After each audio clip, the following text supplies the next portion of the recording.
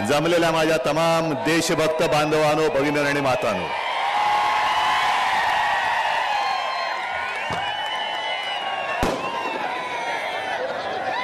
काय बोलू मी तुमच्या प्रेमाने भारावून गेलेलो आहे. पण एका गोष्टीचा मला अभिमान आहे. मी मराठी मातेचा आणि मराठी मातीचा आशीर्वाद घेऊन दिल्लीच्या हुकुमशाही विरुद्ध लढायला उभा राहिलेलो आहे. आणि दिल्लीश्वरांना जे वाटतंय की उद्धव ठाकरे काय करू शकत नाही, तुम्हाला हा महाराष्ट्र माती खायला लावल्याशिवाय राहणार नाही. मी तमाम माझ्या या बांधवांच्या, भगिनींच्या आणि मातांच्या समोर सांगतोय. ओम राजे, आता ओम राजे, ओम दादा, त्याला मी हक्काने अरे तुरे म्हणतो. 7 तारखेनंतर मी तुला इथून पळवणार आहे. अरे कुठे, ऐका, 7 तारखेनंतर ओम दादाला पळवणार आहे आपल्या बाकीच्या मतदारसंघात प्रचार करायला. कारण नुसतं ओम दादा नाही, इथं भडकलेली मशाल आहे. आणि भडकलेली मशाल आणि तुम्ही सगळे जण दिल्लीचं हुकुमशहाचं तख्त जाळून टाकल्याशिवाय राहणार नाही, हा मला आता आत्मविश्वास आहे. आणि मी इथे आलोय तो ओम दादाच्या निष्ठेवरती, कैलासदादाच्या निष्ठेवरती, तमाम तुमच्या सगळ्यांच्या निष्ठेवरती आणि ओम दादा, कैलासदादा यांच्या कामाच्या जोरावरती मत मागायला मी आलेलो आहे. तुमचे आशीर्वाद घ्यायला आलेलो आहे. मी इथे जुगाड लावायला आलेलो नाहीये. काय तुमची मतं, तुमचे आयुष्य म्हणजे जुगाड, 400चा जुगाड लावलाय. मग हे सगळे लोक काय जुगारी आहेत? विषय सगळे तुम्हाला माहिती आहेत. आणि निवडणूक खरोखर ज्याला म्हणतात ना की जनतेने हातात घेतले, तशी तुम्ही सगळ्यांनी ही निवडणूक हातात घेतलेली आहे. आणि हे सगळं दृश्य बघितल्यानंतर, कारण इकडे सुद्धा आहेत निवडणूक आयोगाचे कॅमेरामॅन आहेत, ही चॅनल आहेत, अमित शहाचे गुप्तहेर इकडे तिकडे फिरत असतात. त्या गुप्तहेराने सांगतो आमच्याकडे गुप्त काय नाही आहे, तो सगळा उघडा बाजार आहे, उघडा कारभार आहे, बाजार नाही कारभार. मोदीजी काल परवाकडे त्यांनी एक मुलाखत दिली, पाहिली तुम्ही? पाहिली का? नाही, मी नाही पाहिली. पण मला अनेक जणांनी मेसेज केले की मोदींना तुमचं प्रेम आलंय, हे कसं काय? मी म्हटलं मलाही त्यांच्याबद्दल प्रेम आहे, पण मोदींचं प्रेम एवढं उतू गेलंय. त्यांनी सांगितलं की हा शिवसेना प्रमुखांचा मुलगा आहे, त्याच्याबद्दल मला प्रेम आहे, आस्था आहे. मी जेव्हा हॉस्पिटलमध्ये होतो तेव्हा ते माझी विचारपूस करायचे. आता एवढ्या खोलामध्ये मी काही जाण्याची गरज नाहीये, कारण पुरावा कोण कोणाला देणार. पण मोदीजी जर काय खरं असेल की तुम्ही माझी प्रेमाने जेव्हा आस्थेवाईकपणाने चौकशी करत होतात, हे तुमच्या खालच्या माणसांना माहित नव्हतं काय? जरा सगळेच बसा, बसू द्या, इकडे बसा, इकडेच बसा, इकडेच बसा, इकडेच बसा. हा, बस बस बस बस बस बस बस बसा.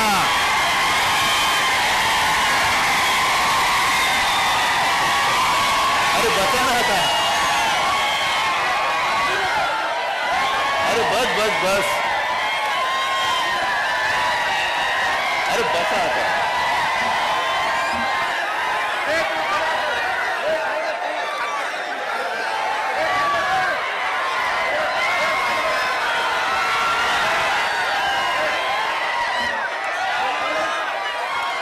ठीक आहे, आता मला बोलू द्या जरा.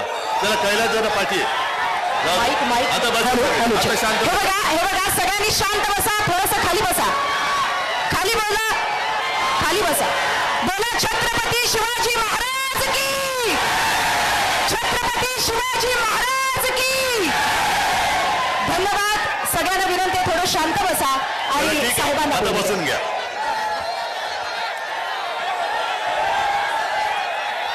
मी मोदीजींच्या माझ्यावरच्या प्रेमाबद्दल बोलत होतो. आता खाली बस, आता खाली बस, आता खाली बस, आता बस बस बस बस, आता बस, आता बस, आता शांत व्हा सगळे. तुम्ही शिवसैनिक आहात ना, आम्ही आता शांत बसायचं. जो ओरडेल तो शिवसैनिक नाही. जो शिवसैनिक असेल तो शांत बसेल. शिवसैनिक असेल तो शांत बसेल. शाबास, बसा, शाबास. तर मी मोदीजींना सांगतोय की तुम्ही एवढ्या प्रेमाने माझी चौकशी करत होतात. मी हॉस्पिटलमध्ये होतो. शिवसैनिक आहेस ना, शांत बसायचं. तुम्हाला कल्पना होती की माझं असं विचित्र ऑपरेशन झालं होतं की मी खांद्यापासून खालपर्यंत हलू शकत नव्हतो आणि तुम्ही माझी चौकशी करत होतात. पण ही चौकशी तुम्ही जे करत होतात ते तुमच्या खालच्या माणसांना माहित नव्हतं का? ते तुम्ही कोण म्हणालात मगाशी, उपमुख्यमंत्री. आणि एका बाजूला तुम्ही माझी चौकशी करताना हे तुमचे आत्ताचे झालेले पाव मुख्यमंत्री आहेत देवेंद्र फडणवीस आणि आमच्यातले गद्दार हे रात्री गाठीभेटी करत होते. याचं सरकार कसं पाडायचं, याचे हातपाय हलत नाहीत. याला आता खाली खेचला पाहिजे. म्हणून तुम्ही ही सगळी नालायक माणसं, माझी शस्त्रक्रिया झाली असताना सरकार खाली खेचण्याचं कटकारस्थान करत होते. मोदीजी, तुम्हाला माहित नाही तुमचे चेले चपाटे खाली काय करतात? आणि आज तुम्ही जे काय माझ्यावरती बोलताय, प्रेम आलं की उद्धव ठाकरेंवरती कधी काही संकट आलं तर मी धावून जाईन. मोदीजी, मी पण सांगतो तुमच्यावरती कधी संकट आलं तर उद्धव ठाकरे सुद्धा धावून येईल. फक्त तुम्ही संकट पडून महाराष्ट्रावरती आणि देशावरती आलात ते तुम्ही तुम्हाला स्वतःला आवर घाला. 2014 साली आज जे तुम्ही सांगताय की उद्धव ठाकरेंनी बाळासाहेबांचे विचार सोडले, उद्धव ठाकरेंनी हिंदुत्व सोडलं.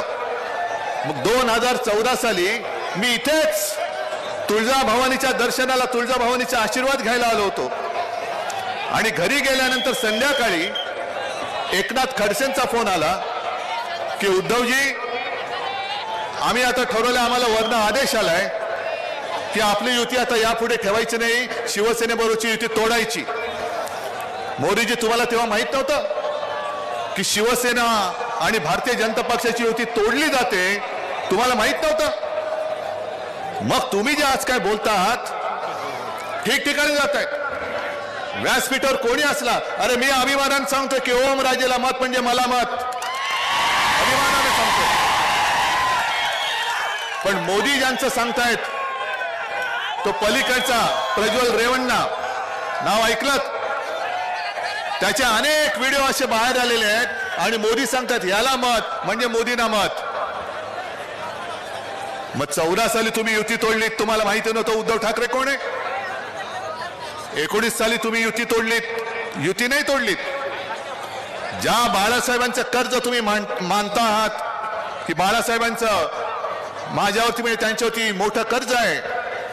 एक तर नुसतं बाळासाहेब म्हणू नका, त्यांना हिंदू हृदय सम्राट म्हणा, ते हिंदू हृदय सम्राट आहे. हिंदू हृदय सम्राट बोलायला जीभ काढ खलते तुमची. आणि त्या हिंदू हृदय सम्राटांचं तुमच्यावरती कर्ज आहे हे जर माहिती आहे तर त्याच बाळासाहेबांच्या खोलीमध्ये तुमच्या अमित शहाने दिलेलं वचन हे मोडताना तुम्हाला माहित नव्हतं? अरे मी तुळजाभवानीची शपथ घेतली, माझ्या आईवडिलांची शपथ घेतली की अमित शहानी बाळासाहेबांच्या खोलीत, ज्याला आम्ही मंदिर मानतो, त्या खोलीमध्ये मला शपथ घेऊन त्यांनी सांगितलं होतं की मी शब्द देतो 2.5 वर्षाचं मुख्यमंत्री पद हे शिवसेना भाजपमध्ये वाटलं जाईल. तो शब्द तुम्ही मोडलात आणि उलट मला खोटं ठरवायला निघालात. मग मगाशी ओमराजेंनी जे काय प्रश्न मांडले, अंबादासनी जे मानले, त्या प्रश्नाची उत्तरं दिल्यानंतर तुम्ही ठरवायचं खोटं कोण बोलतंय. मी तुम्हाला सांगितलं होतं त्यावेळेला, मी मुख्यमंत्री नव्हतो, की मी शेतकऱ्यांना कर्जमुक्त करून दाखवीन. दाखवलं होतं की नव्हतं? 10 रुपयामध्ये शिवभोजन देऊन दाखवलं की नाही दिलं? कापसाला सोयाबीनला भाव दिला होता की नव्हता? सगळे बाहेरचे उद्योग मी माझ्या राज्यात आणत होतो की नव्हतो? या सगळ्याचं उत्तर होय, नक्की. मग आता मोदी गॅरंटी, शेतकऱ्याचं उत्पन्न दुप्पट झालं, 2 कोटी रोजगार मिळाले, तुम्हाला पीक विमा मिळाला, सगळ्यांना घर मिळालं. मग खोटं कोण बोलतोय? उद्धव ठाकरे एका बाजूला बोललो तर मी करून दाखवलंय, आणि मोदींनी जे बोलले ते काय त्याचा पत्ताच नाही. म्हणून मी त्यांना जे एक नाव ठेवलेलं आहे की मोदी सरकार नाही, हे गजनी सरकार आहे. कारण 14 साली काय बोलले ते 19ला आठवत नाही, 19ला काय बोलले ते 24ला आठवत नाही. पण मोदीजी, तुम्हाला एक सांगतो, ही जी जनता आहे, ओम राजे तू जे म्हणाला की क्षुल्लक काम, अरे असेल, तुम्हाला ही इतर वेळेला क्षुल्लक वाटणारी माणसं आज यांच्या समोर तुम्ही का झुकतायत, का भीक मागताय मताची? आता तुमची पाळी, आता आहे ना ते आली रे आली. आणि मग तुम्ही काय करायचं? तुम्ही सिंगम व्हायचं. काय बोलायचं? आता माझी, आता सटकली, आता नाही तुला मत देणार. आली रे आली, माझी पाळी आली, आणि आता माझी सटकली, आता तुला इथून सटकवणार. 5 वर्ष झाली, 10 वर्ष झाली. तुम्हाला काय वाटतं? ही सगळी बघा इकडे जे माणसं बसलेली आहेत, खच्चून भरलंय. हे एवढं कधी भरलेलं असतं का मोदींच्या सभेला? आणि माझं म्हणणं आहे, एवढं कधी मोदी आणि अमित शहाच्या मध्ये हिंमत आहे का एवढ्या जवळ लोक येऊ द्यायला? मी येतोय कारण मला माहिती आहे तिथला प्रत्येक जण मला आशीर्वाद द्यायला आलेला आहे. प्रत्येक जण आशीर्वाद द्यायला आलाय. आणि म्हणूनच आज त्यांच्या पोटामध्ये मुरडा आलेला आहे. तुमच्याकडे 4 दिवसापूर्वी येऊन गेले, बोलले ना, आले होते ना, ठीक आहे. आपण सुद्धा म्हणतो जय श्रीराम, बजरंगबली की जय, बोलतो ना आपण. पण आपली दुसरी गोष्ट काय? जोरात, हा आपला प्राण आहे, हा आपला प्राण आहे. आणि मोदीजींना मी 4 दिवसापूर्वी, म्हणजे तुमच्याकडे धाराशिवला सभा घ्यायला येण्याच्या आधी मी जाहीर सभेत त्यांना सांगितलं होतं, जाहीर सभेत सांगितलं होतं की मोदीजी, तुम्ही उद्या धाराशिवला चाललात. तुमचे फोटो आम्ही पाहिले. समुद्राच्या तळाशी जाऊन द्वारकेमध्ये पूजा केली त्यांनी, समुद्राच्या तळाशी जाऊन बुडाला, म्हणजे उद्याची प्रॅक्टिस केली त्यांनी. बुडायचं तर कसं बुडायचं? पण धाराशिव मध्ये आला जातात तुम्ही तर माझ्या तुळजाभवानीचं दर्शन घ्यायला जा. गेले होते. मग त्यांना मी आणखीन एक गोष्ट सांगितलेली की मोदीजी, तुम्ही धाराशिव मध्ये जातात, तुमचं जो कोणी भाषण लिहून देणार आहे त्याला सांगा की मला आई तुळजाभवानी बद्दल जरा 2 शब्द लिहून दे, म्हणजे वाचून मी बोलू शकेन. बोलले. आणि त्यांना हे मी सांगितलं होतं की जर तुम्ही बोललात तर तुमचा घरगडी जो निवडणूक आयोग आहे त्याला सांगा शिवसेनेच्या मशाल गीतातलं जय भवानी जय शिवाजीला तो आक्षेप घेतलायस, तो मागे घे. कारण काय वाटेल ती कारवाई करण्याची हिंमत असेल तर करून दाखव. मी जय भवानी जय शिवाजी सोडणार नाही. आणि आजच तुमच्या साक्षीने सांगतो, आई तुळजाभवानीच्या साक्षीने सांगतोय, निवडणूक आयोगाने जर का शिवसेनेवरती कारवाई करण्याचं ठरवलं तर याद राखा, उद्या आमच्या इंडिया आघाडीचं सरकार येत आहे. आणि जो कोणी माझ्या जय भवानीला आक्षेप घेणार असेल त्याला काय करायचं हे मी बघितल्याशिवाय राहणार नाही. एक तर जय भवानी बोला, आणि जर जय भवानी तुम्ही बोलला नाहीत तर आमचा जो एक संशय तो पक्का होईल की तुमच्या मनात माझ्या महाराष्ट्राबद्दल आकस आहे हे आम्ही नक्की समजू. अरे आज तुम्हाला एवढ्या सभा घेण्याची वेळ येते का लागते गरज? 14 साली 19 साली कधीतरी मोदीजी तुमच्या जिल्ह्यात आले होते? महाराष्ट्रामध्ये किती सभा घेतल्या होत्या? जास्त नव्हत्या घेतल्या. पण आता जवळपास प्रत्येक जिल्ह्यात जात आहेत, प्रत्येक गल्लीबोळात जात आहेत. पण हा महाराष्ट्र तुम्ही जिंकू शकणार नाही. तुम्हाला जर वाटत असेल की आज हिंदू हृदय सम्राट आमच्या सोबत नाहीत, अरे कोण बोलतंय माझ्यासमोर? सगळ्यांच्या हृदयात हिंदू हृदय सम्राट शिवसेना प्रमुख आहेत. आणि जसं त्यावेळेला तो औरंगजेब, अरे त्याचाही जन्म गुजरातमध्ये दाहोदमध्ये झालेला. आता मी काय करू त्याला? गुजरातमध्ये त्याचा जन्म झाला, मी काय करू शकतो? पण तो सुद्धा शिवछत्रपतींनी निर्माण केलेलं हिंदवी स्वराज्य बुडवायला गिळायला आला होता. 27 वर्ष औरंगजेब या महाराष्ट्रामध्ये राहिला, पण त्यांनी पुन्हा आग्रा नाही बघितला. पण हा सगळा मराठमोळा जो मावळा आहे, अरे असेल 18 पगड जाती जमातीत विखुरलेला. पण जेव्हा जेव्हा महाराष्ट्रावरती संकट येतं तेव्हा आम्ही सगळे जात पात धर्म विसरून महाराष्ट्र धर्म काय आहे ते आक्रमणकर्त्याला नेस्त नाबूद करून दाखवून देतो. आज तीच वेळ आलेली आहे.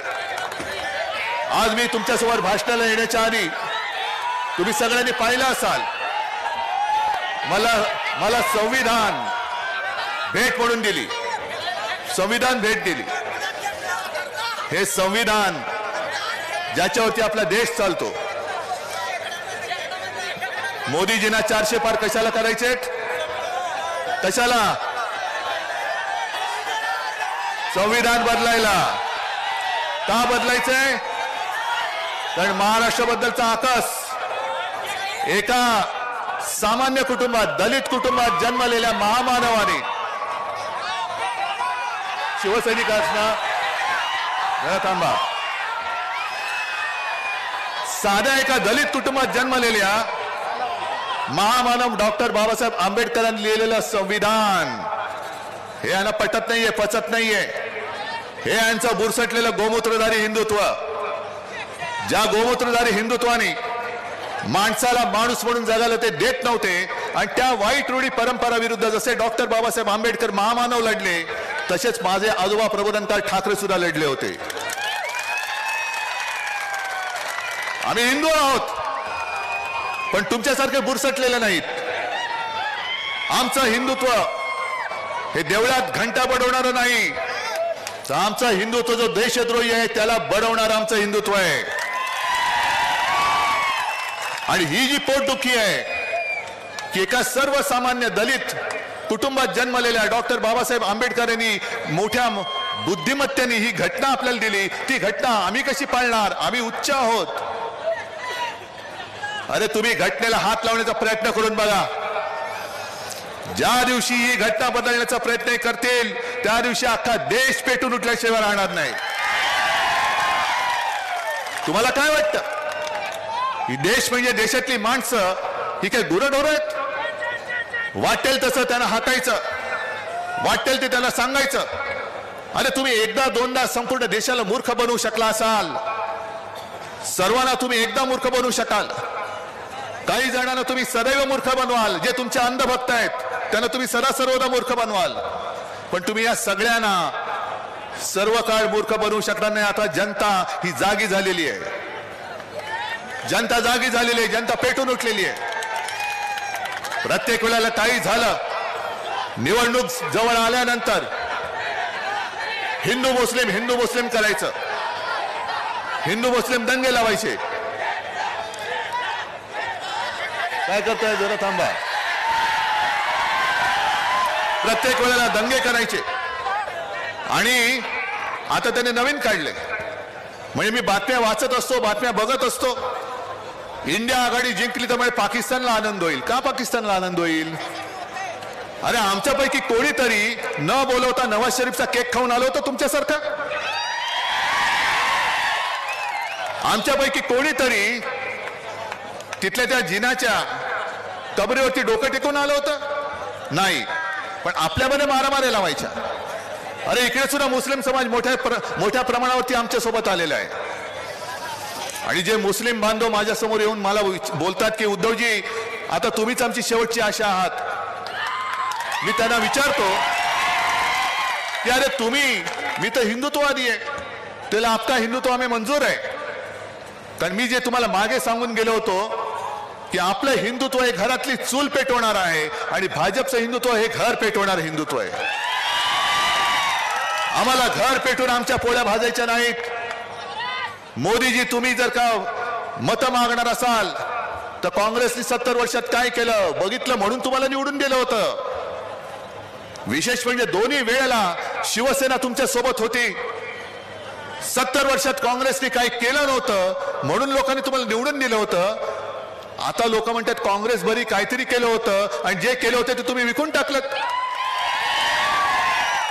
पण एक गोष्ट नक्की की आता तुमचे जे काय तुमच्या मनातले प्रश्न आहेत की तुमचं उत्पन्न दुप्पट नाही झालेलं, तुमच्या मुलाला नोकरी नाही, सगळे जे काही विल्हेवाट लावलेली ती सगळी आहे. खात्यामध्ये 15 लाख आले पण भाजपच्या खात्यात किती आले? 10,000 कोटी. मग आजचे दिन कोणाचे आले? आणि तुमच्या माहितीसाठी सांगतो की जर कोर्टाने यांचं टाळकं सणकवलं नसतं, यांचं भांड फोडलं नसतं तर आणखीन 10,000 कोटी रुपयांचे रोखे छापून तयार होते. त्याची ऑर्डर त्यांनी दिली होती. मग आता मला सांगा, इथले व्यासपीठावरती काँग्रेसची लोक पण आहेत. काँग्रेसच्या खात्यामध्ये किती आहेत पैसे? काही शेकडा कोटी असतील, ते सुद्धा यांनी फ्रीज करून टाकले होते. आणि भाजपच्या खात्यात किती? 10,000 कोटी. म्हणजेच काँग्रेसनी 70 वर्षात काही नाही केलं ते यांनी 2.5 वर्षात केलं होतं की नव्हतं? बरोबर ना? मग देशाला कोणी लुटलं?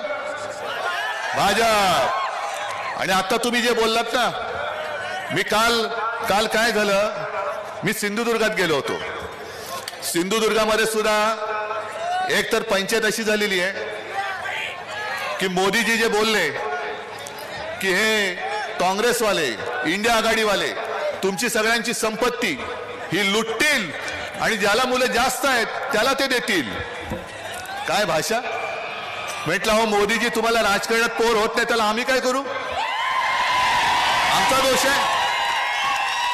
आमची मुलं तुम्हाला कडेवर घेऊन फिरवावी लागतात, याला मत द्या, याला मत द्या, याला. अरे तुमचं पोर कुठे आहे? तुमच्या राजकारणात तुम्हाला मुलंच नाहीत. सगळे गद्दार आणि टार्गेट पोरं सगळी जमवलेली आहेत. सिंधुदुर्गात गेलो होतो, तिथले आपले गद्दार माहिती आहेत तुम्हाला. त्यांनी मला धमकी दिली होती, कोकणात येऊनच दाखव, यांच्या विरुद्ध बोललं तर परत जाऊन दाखव. अरे मी जाऊन उभा राहिलो, म्हणले मी उभा इकडे, या हिम्मत असेल ये, तुला गाडून जातो की रे बघ. म्हणजे कोकणातली माणसंच तुला तिकडेच गाडतील पण संपूर्ण राज्यभर माझी माणसं गल्लीबोळामध्ये पसरलेले तुला फिरू देतील काय? पण तिकडे सुद्धा सकाळी अमित शहा येऊन गेले आणि अमित शहा काय म्हणाले की हे नकली सेना आहे, नकली सेना, ही नकली सेना, ही नकली सेना. मग मी त्याला काय बोललो,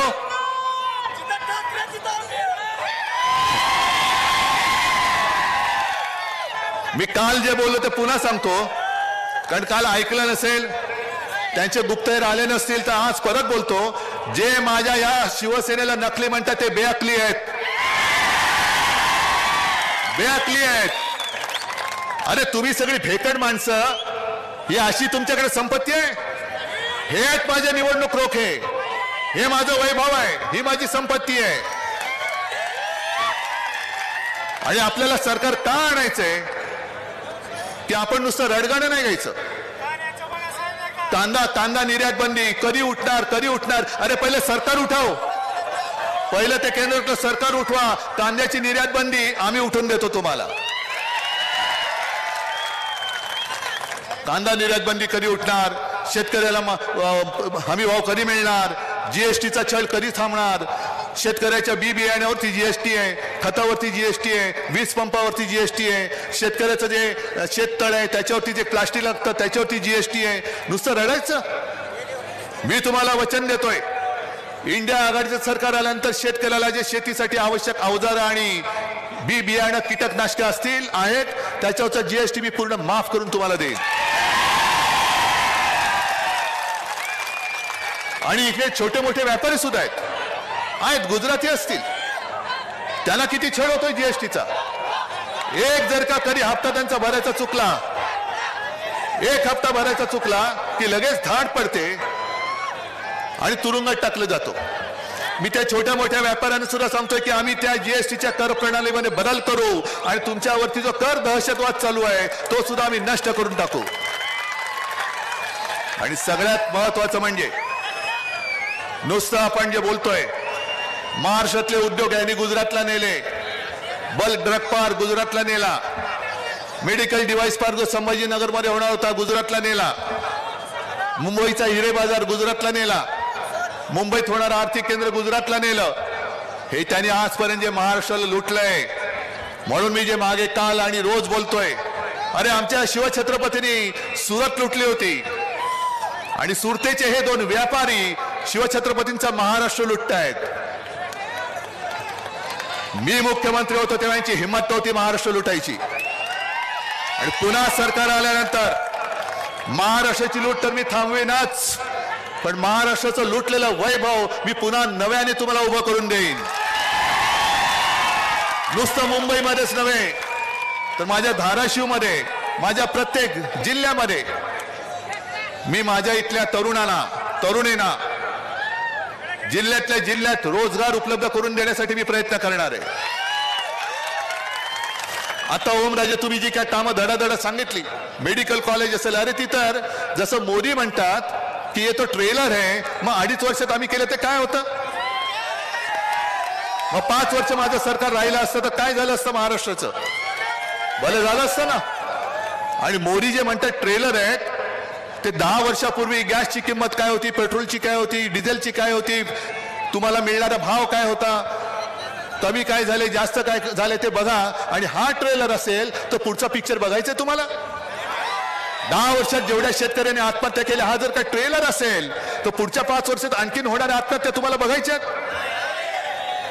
मग या ट्रेलर वाल्याला आता पॅक करून द्या, जा तुम्ही आमच्या महाराष्ट्रातले सगळे उद्योगधंदे जसे गुजरातला नेले, तुम्ही माझ्या शिवसेनेतले गद्दार जसे गुजरातला नेले, आता तुम्ही आमच्यावरती संकट म्हणून आलाय, तुम्ही सुद्धा गो बॅक, तुम्ही सुद्धा गुजरातला परत जा, महाराष्ट्रामध्ये तुमचं काम नाही.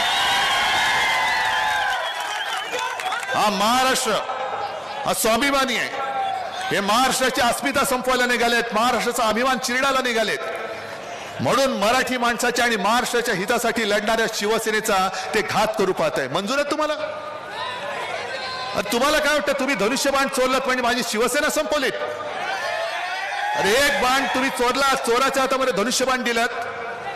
पण आता ही मशाल जास्त भयानक आहे, मशालीचा जो दाळ आहे. आणि मगाशी मला वाटतं त्या ताईने सांगितलं की हनुमानाने आपल्या शेपटीची मशाल करून लंका जाळली होती, तशी यांची ही हुकुमशहाची लंका आपल्याला जाळून टाकायची. आज मराठवाड्यामध्ये पाण्याची टंचाई आहे ना? आलं का घर घर नल आणि नल से जल? मग त्याच्यावरती मोदी बोलतात. अमित शहाजी तुम्ही मला जे आव्हान दिलं काल की तुमच्यात हिंमत असेल तर याच्यावरती बोला, तुम्ही तुमच्यात हिंमत असेल सावरकरांवर बोला, सगळ्यावरती बोलायची माझी तयारी आहे. पण जर अमित शहाजी तुमच्यामध्ये थोडी तरी लाज राहील असेल, हिंमत तर नाहीच आहे, तर जनतेच्या प्रश्नावरती बोला. कधी देणार माझ्या मराठवाड्याला पाणी?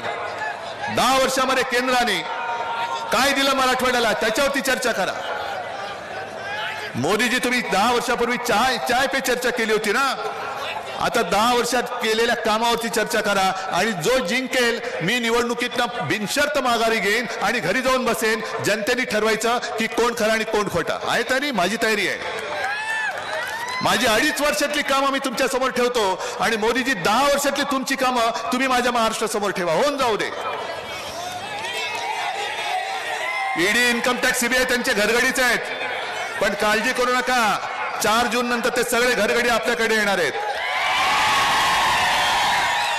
आणि मग ज्यानी माझ्या शिवसैनिकाला सतवलंय त्याचा एकेकाचा हिशोब मी चुकता केल्याशिवाय राहणार नाही. व्याजा सकट परत करेल. व्याज सगळं परत करी. आज जे शेतकरी आलेत, शेतकरी किती आहेत? सगळे शेतकरी आहेत. जरा नाही थांबा, सगळ्यांनी हात वर करा आणि जरा आजूबाजूला बघा, सगळ्यांनी मान फिरून बघा.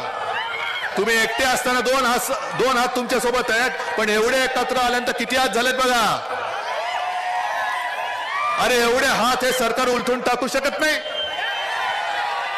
हे ईडी, इन्कम टॅक्स, सीबीआय घेऊन येतात म्हणून मी यांना भेकड म्हणतो.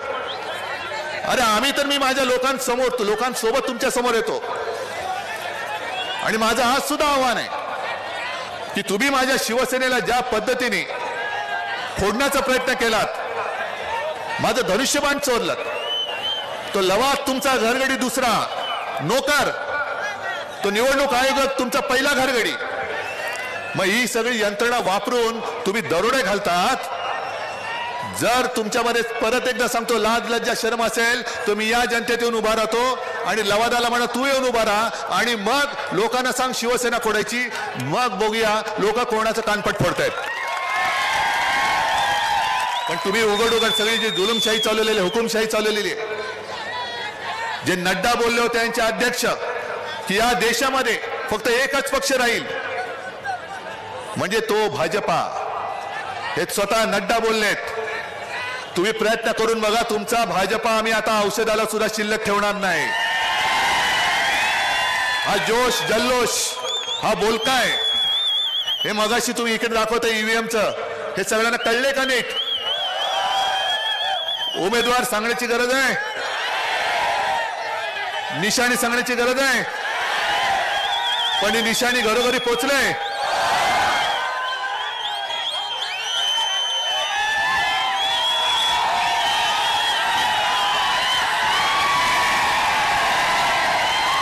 ओम दादा इकडे.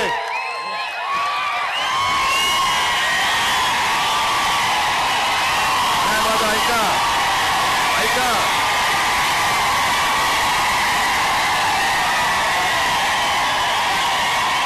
आता 2 मिनिटं माझं ऐका. नुसता जल्लोष नकोय, मला वचन पाहिजे. ही जागा किती मताधिक्याने जिंकून देणार? अजून समोरच्याचं डिपॉझिट जप्त करून तुम्ही मला ओमदादाला जिंकून देणार? मग त्याच्या हातात मशाल देऊ? तुम्ही हातात मशाल घेतले, ही मशाल हुकुमशाहीला जाळेल.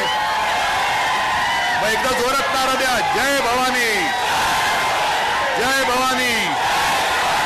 चला, जय हिंद, जय महाराष्ट्र.